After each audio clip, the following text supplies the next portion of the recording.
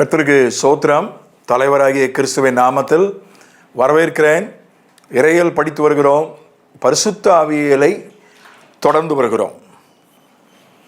பரிசுத்த ஆவியை பெற்றுக்கொள்ளுதல் தனிப்பட்ட அனுபவமா என்கிற தலைப்பிலே அநேக விஷயங்களை கற்றோம். அதனுடைய கடைசி உபத்தலைப்பு ஆவியின் நிறைவுக்கு அத்தாட்சி என்ன, அடையாளம் என்ன? உள்ளார்ந்த சாட்சி, 5 அடையாளங்கள், இவற்றை கற்றிருக்கிறோம். இன்னொன்று, சரீரத்தில் பரிசுத்த ஆவியின் பிரசன்னத்தை உணர முடியுமா?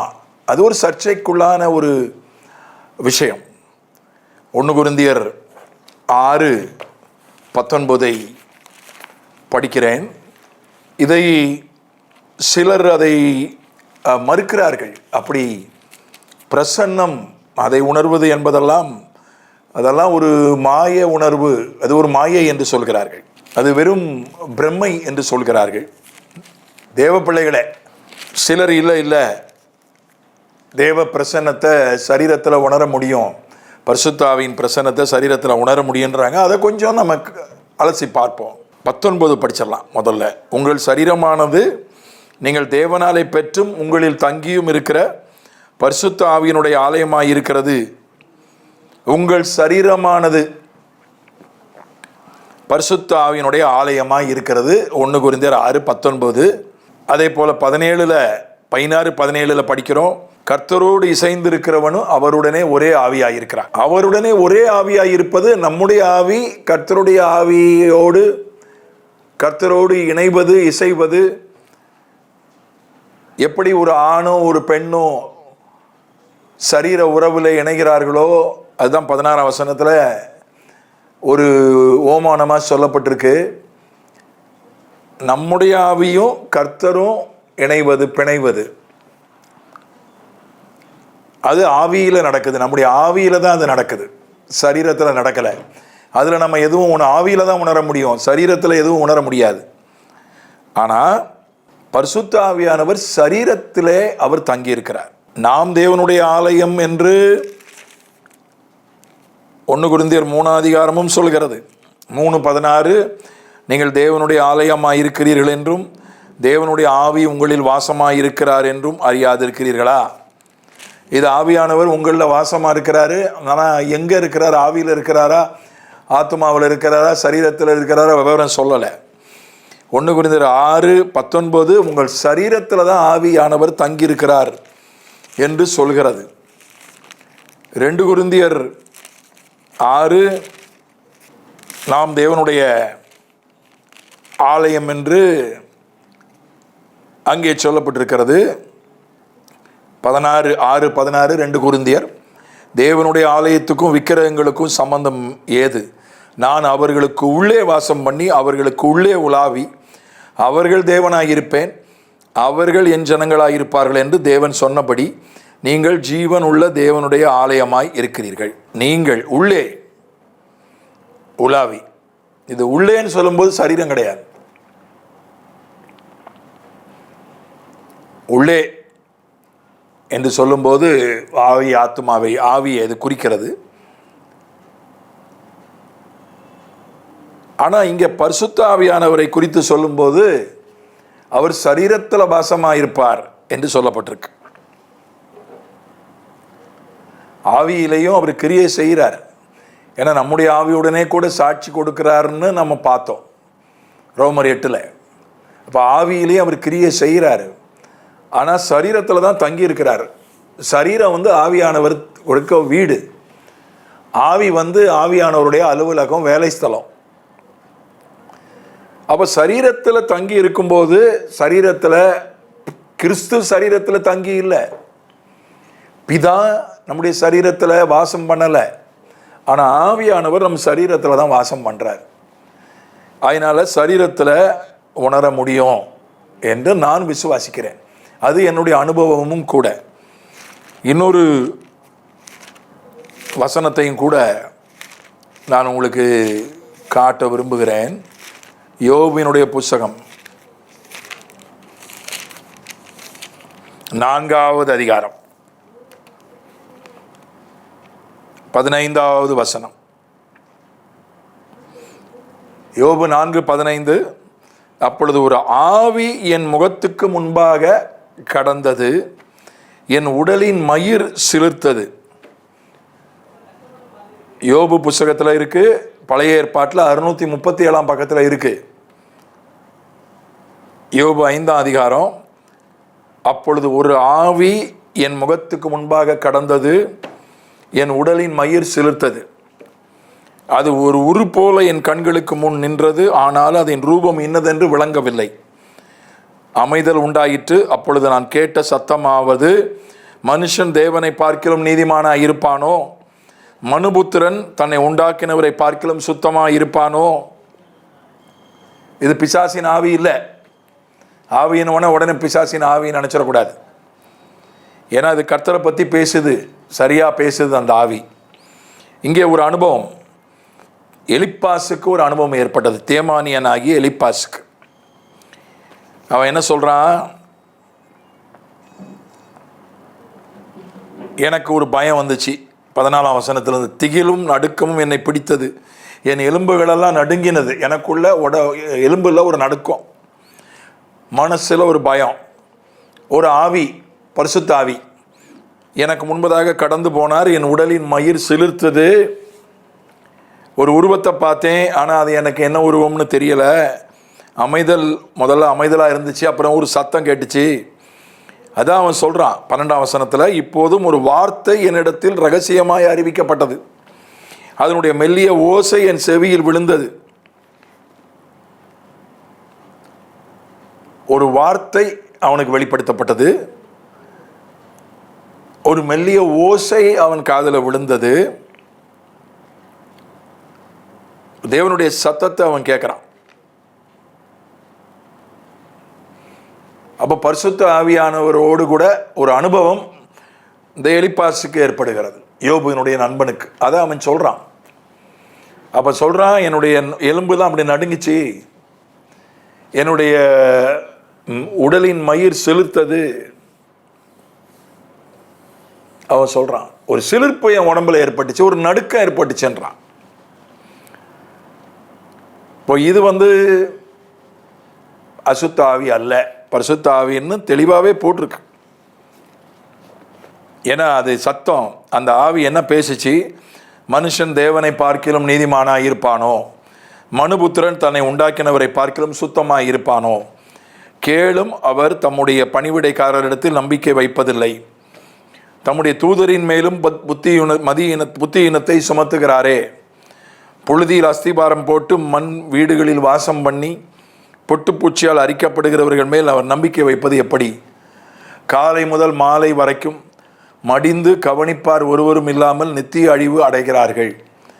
அவர்களில் இருக்கிற அவர்களுடைய மேன்மை போய்விடும் அல்லவோ, ஞானம் அடையாமல் சாகிறார்களே என்று சொன்னார். இது ஞானம் அடையாதவர்கள், ஆண்டவரை பற்றி அறியாதவர்களுடைய நிலைமையை பற்றி ஒரு வெளிப்பாடு. அதனால மனிதனுடைய நீதி போதாது, மனிதனுடைய பரிசுத்தம் போதாது என்பதை பற்றிய ஒரு வெளிப்பாடு. அவனுக்கு ஏற்பட்ட ஒரு சத்தம், ஒரு வெளிப்பாடு. வெறும் சத்தத்தை மட்டும் அவன் கேட்கல, அவன் தரிசனத்தை கண்டான். 13 சொல்றான், தரிசனங்களில் பலவித தோற்றங்கள் உண்டாகும் போது, பலவித தோற்றங்களை பார்க்கிறான், தரிசனத்தை பார்க்கிறான், உடம்பு நடுங்குது, சிலிர்க்குது, சத்தம் கேட்குது. தரிசனத்தை ஏற்றுக்கொள்கிறோம், தேவனுடைய சத்தத்தை ஏற்றுக்கொள்கிறோம். ஏன் உடல் சிலிர்ப்பதை, உடல் நடுங்குவதை ஏன் ஏற்றுக்கொள்வதில்லை? அது கட்டாயம் சிலிர்க்கணும், கட்டாயம் நடுங்கணும் நான் சொல்லலை. அப்படி உடல் சிலிர்ப்பது, நடுங்குவது ஒன்றும் தவறு இல்லை. ஆனால் நான் விசுவாசிக்கிறேன், தேவாதி பரிசுத்த ஆவியானவர் தேவன், பரிசுத்த ஆவியானவர் கர்த்தர். பரிசுத்த ஆவி ஒரு தேவன் கர்த்தர் நம்முடைய சரீரத்தில் தங்குறாரு. எவ்வளோ ஒரு பரவசம், ஒரு உணர்ச்சி வயப்பாடு, ஒரு சிலிர்ப்பு ஏற்படும், நிச்சயமாக ஏற்படும். ஒரு மெய் சிலிர்ப்பு நிச்சயமாக ஏற்படும். ஏதோ உடலில் ஒரு உணர்வு, ஒரு பரவச உணர்வு ஏற்படும். ஏற்படாமல் இருக்காது. ஆகையினால உடலில் ஆவியானவர் சரீரத்தில் தங்கியிருக்கிறபடியால் ஆவியானவருடைய பிரசன்னத்தை உணர முடியும். அது என்னுடைய அனுபவமும் கூட, வேதமும் அதை ஆதரிக்கிறது. அதை சிலர் ஏற்றுக்கொள்வதில் அது ஒரு பிரம்மை, அது ஒரு மாயை, அது ஒரு மாய தோற்றம் என்று சொல்கிறார்கள். அது அவர்களுடைய கருத்து. ஆனால் நான் வேதத்தில் கற்றதை, நான் என்னுடைய அனுபவத்தை உங்களோடு பகிர்ந்து கொள்கிறேன். 5வது உபத்தலைப்பு பரிசுத்த ஆவியியல்ல கிரியைகள், பரிசுத்த ஆவியின் கிரியைகள், the works of the Holy Spirit. அவர் என்ன செய்கிறாரு? யோவான் 14:26 இயேசு ஆவியானவரை அறிமுகப்படுத்தி, அவர் உங்களுக்குள்ளே வரும்போது என்னெல்லாம் செய்வார்னு ஆவியானவரை பற்றி அறிமுகப்படுத்துகிறார். என் நாமத்தினாலே பிதா அனுப்ப போகிற பரிசுத்த ஆவியாகிய தேற்றரவாளன் எல்லாவற்றையும் உங்களுக்கு போதித்து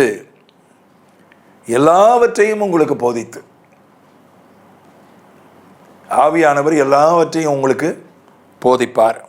நமக்கு என்ன தேவையோ எல்லாவற்றையும்னா, அப்போ ஒரே ஆளுக்கு சட்டம், மருத்துவம், பொறியியல், ஒரே ஆளுக்கு மருத்துவத்தை சொல்லிக் கொடுத்து, சட்டத்தை சொல்லிக் கொடுத்து, இன்ஜினியரிங்கை சொல்லிக் கொடுத்து, அக்கௌண்டன்சியை எல்லாம் ஒரே ஆளுக்கு எல்லாம் சொல்லிக் கொடுத்துருவாருன்னா அப்படி அர்த்தம் இல்லை. ஒருத்தருக்கு தேவையான எல்லாவற்றையும் அவர் போதிக்கிறார். பெசலேயலை பற்றி நம்ம வாசிக்கிறோம் யாத்திராகமத்தில். பெசலேயல், இந்த பெசலேயலை ஆவியானவர் அவனுக்கு ஒரு வரத்தை கொடுத்தார். பெசலேயலை மேலே பலவிதமான வேலைகள் செய்வதற்கான ஒரு 35 யாத்திராகமம் 35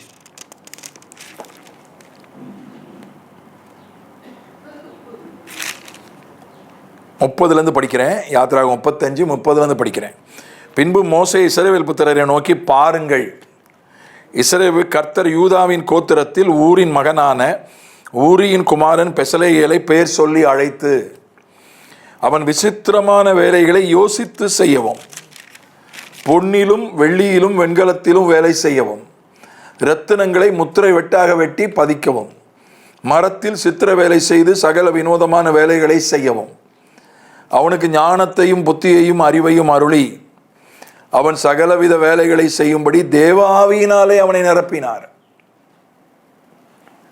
நல்லா கவனிங்க, பெசலேயேலை ஆண்டவர் தேவனுடைய ஆவியினால நிரப்பினார். ஆசரிப்பு கூடாரத்தில் வெண்கல வேலை செய்யணும், வெள்ளியில் வேலை செய்யணும், இரத்தினங்களை பதிக்கணும், மர வேலை செய்யணும். இதெல்லாம் செய்கிறதுக்கு இஸ்ரவேல் ஜனங்களுக்கு தெரியாது. ஏன்னா அவங்க அடிமையாக இருந்தாங்க. கட்டட வேலை தானே செஞ்சாங்க, செங்கல் அறுக்கிற வேலை செஞ்சாங்க, செங்கல் அறுத்தாங்க, அவ்வளோதான். யாரும் இரத்தினங்களை பதிப்பது என்பது ரொம்ப நுட்பமான வேலை. அந்த வேலையெல்லாம் இவங்க செய்யலை இஸ்ரவேல் ஜனங்க. வேதத்தில் அப்படி குறிப்பு இல்லை, வேறு சரித்திரத்திலும் வேறு சான்றுகள் இல்லை. செங்கல் வேலை, அடிமை வேலை, கட்டட வேலை, கால்வாய் தோண்டுவது, பட்டணங்களை கட்டுவது, இப்படிப்பட்ட அடிமை வேலைகளைத்தான் அவர்கள் பார்த்தார்கள். வீட்டு வேலை, எல்லார் வீட்லையும் இருந்தாங்க, வீட்டு வேலை பார்த்தாங்க. எல்லார் வயல்லையும் வயல் வேலை பார்த்தாங்க, சம்பளம் இல்லாமல், லீவு இல்லாமல், வேலை நேரம் இல்லாமல், அடிமை வேலை, வீட்டு வேலை, வயல் வேலை. அதாவது ஒரு அன்ஸ்கில்டு லேபர்னு சொல்லுவாங்க, ஒரு கையாள் வேலை, எடுபிடி வேலை, இதான் பார்த்தாங்க. வேத புஸ்தகம் அவர்கள் செங்கல் அறுத்தார்கள் என்று அந்த ஒரு வேலையை குறிப்பிட்டு சொல்கிறது. சில வசனங்களிலிருந்து அவர்கள் வீட்டு வேலைகளை பார்த்தார்கள். அன்ஸ்கில்டு லேபர், அதாவது நுட்பம் தேவையில்லாத உடல் உழைப்பு, அந்த மாதிரி வேலைகளை அவர்கள் செய்தார்கள் என்று நாம் புரிந்து கொள்கிறோம். இப்போ பெசலேயலும் ஒரு இஸ்ரவேல் வம்சத்தான் தான், யூதா கோத்திரத்துக்காரன். அவனுக்கு எப்படி பொண்ணு, வெள்ளி, வெண்கலம் இந்த வேலையை செய்யறதுக்கு ஆவியானவர் சொல்லி கொடுத்தாரு. அதான் அவனை நான் ஆவியினால் நிரப்பினார், இந்த வேலைகளையெல்லாம் செய்யும்படி, அவன் சகலவித வேலைகளையும் செய்யும்படி. சகலவித வேலைனா இந்த வேலை தான். தங்கம், வெள்ளி, வெண்கலம், ரத்தனம், மரம், இதில் சிற்ப வேலைகள், இதிலேயே நுணுக்கமான வேலைகள், அலங்கார வேலைகள்.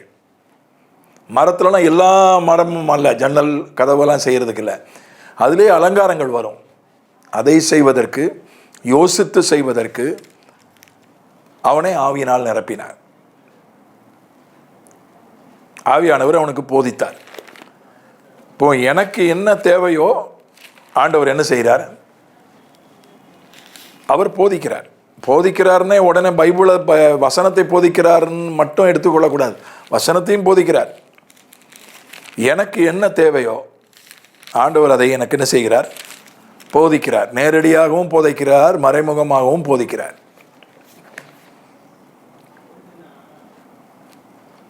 எல்லாவற்றையும் என்ன செய்கிறார்? அவர் போதிக்கிறார். ஏன்னா நடைமுறையில் பார்த்தீங்கன்னா மர வேலை செய்கிறவங்க, தங்கம் வெள்ளியில் வேலை செய்கிறவங்க, தங்கம் வெள்ளி ரத்தனம் ஒரே ஆள் வேலை செய்வாங்க.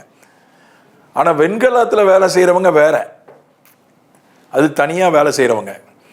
மர வேலை செய்கிறவங்க தனி, மர வேலை செய்கிறவங்க, மரத்திலே நுட்பமாக அந்த அலங்கார வேலைகள் செய்கிறவங்க தனியாக இருக்காங்க. வெண்கல வேலை செய்கிறவங்க தனி. தங்கம் வெள்ளி அவங்க நம்ம தங்க ஆசாரின்னு சொல்கிறோம், பொற்கொல்லர்னு சொல்கிறோம். தங்கம் வெள்ளி ரத்தன வேலை செய்கிறவங்கள, மர வேலை செய்கிறவங்கள ஆசாரி, தச்சர்னு சொல்கிறோம். வெண்கல வேலை செய்கிறவங்கள நாம் அது அவங்கள அதுக்கு தனி பேர் இருக்குது, அது தனி வேலை. ஆனால் இதெல்லாம் செய்வதற்கான ஒரு அறிவு, ஒரு ஞானம், ஒரு புத்தி, அதை யோசித்து அதை செய்ய விசித்திரமான வேலைகள்,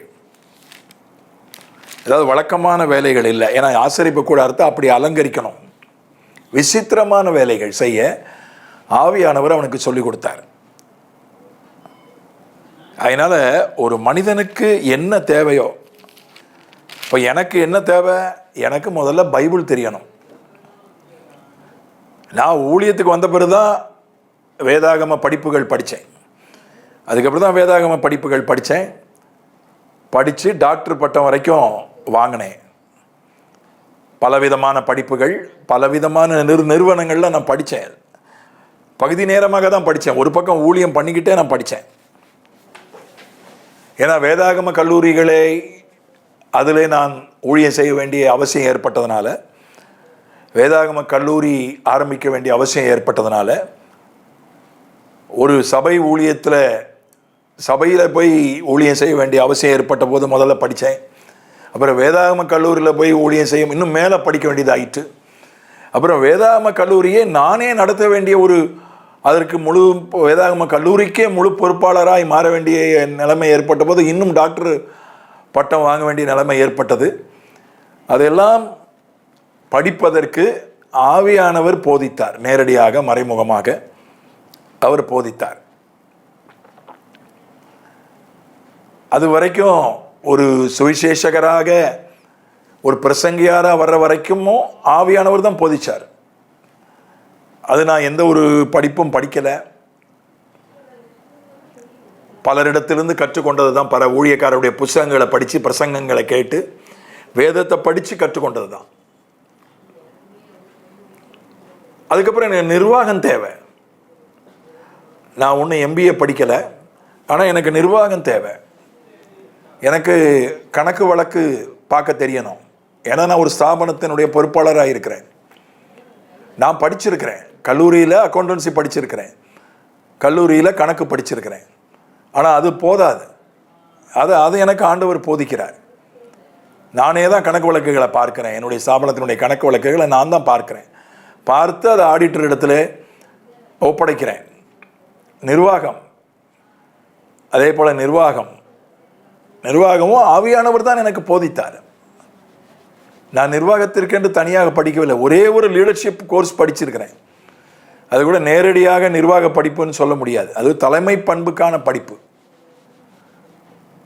சமீபத்தில் ஒரு தலைமை பண்புக்கான ஒரு தேர்வை எழுதி அதில் ஒரு சான்றிதழ் வாங்கினேன். எவ்வளோ நமக்கு தலைமை திறன் இருக்குன்னு நான் அறிந்து கொள்வதற்காக. ஆனால் நிர்வாகத்துக்கென்று சரியாக நான் படிக்கலை. அதனால் அதை ஆவியானவர் எனக்கு என்ன தேவையோ ஆவியானவர் எனக்கு போதிக்கிறார். நான் ஆங்கிலத்தில் பேச வேண்டிய சபை ஊழியத்துக்குள்ளே நுழைந்த போது அங்கே ஆங்கிலோ இந்தியர்கள் இருந்தார்கள். இங்கே சபையில், நான் சென்னையில் சபை ஊழியத்தில் நுழைந்த போது அங்கே சில ஆங்கில இந்திய குடும்பங்கள் இருந்தன. ஆங்கிலத்தில் நிச்சயமாக பேச வேண்டும், ஆங்கிலத்தில் பிரசங்கிக்க வேண்டும், ஆங்கிலத்தில் ஜெபிக்க வேண்டும். ஆங்கிலம் எனக்கு, நான் 10வது வரைக்கும் தமிழ் மீடியம் தான் படித்தேன்.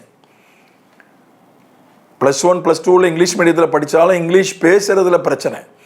கல்லூரியில் படிக்கும்போது இங்கிலீஷில் பேச ஆரம்பிச்சிட்டேன். ஏன்னா அங்கே தமிழ் பேசாதவங்க இருந்தாங்க. ஆனால் சபை ஊழியத்தில் வந்தபோது ஆங்கிலத்தில் பிரசங்கம் பண்ணணும், ஆங்கிலத்தில் ஜெபிக்கணும். வெளிநாட்டிலேருந்து ஊழியக்காரங்க வருவாங்க, அவங்களோட பேசணும், மொழிபெயர்க்கணும்.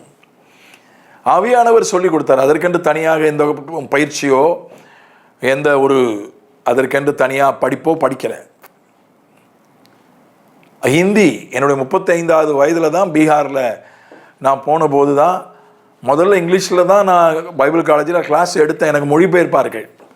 ஒரு வருஷத்தில் அது பாதி நேரம் அதில் போய்விடுகிறது என்பதனால அப்புறம் இந்தியை கற்றுக்கொண்டேன். சொல்ல வேண்டியதை மற்றவர்களுக்கு சொல்லுகிற அளவுக்கு கற்றுக்கொண்டேன். இந்தியில் பெரிய அறிவு இல்லை என்றாலும் சொல்ல வேண்டியதை சொல்லக்கூடிய அளவுக்கு கற்றுக்கொண்டேன். இது எல்லாம் ஆவியானவருடைய ஒரு உதவி இல்லாமல் இதை செஞ்சிருக்க முடியாது. கற்றுக்கொண்ட காரியங்களை எல்லாம். சட்டத்தில் கொஞ்சம் அறிவு. எங்கள் அப்பா கொஞ்சம் நிலங்களை வச்சுட்டு போனாங்க.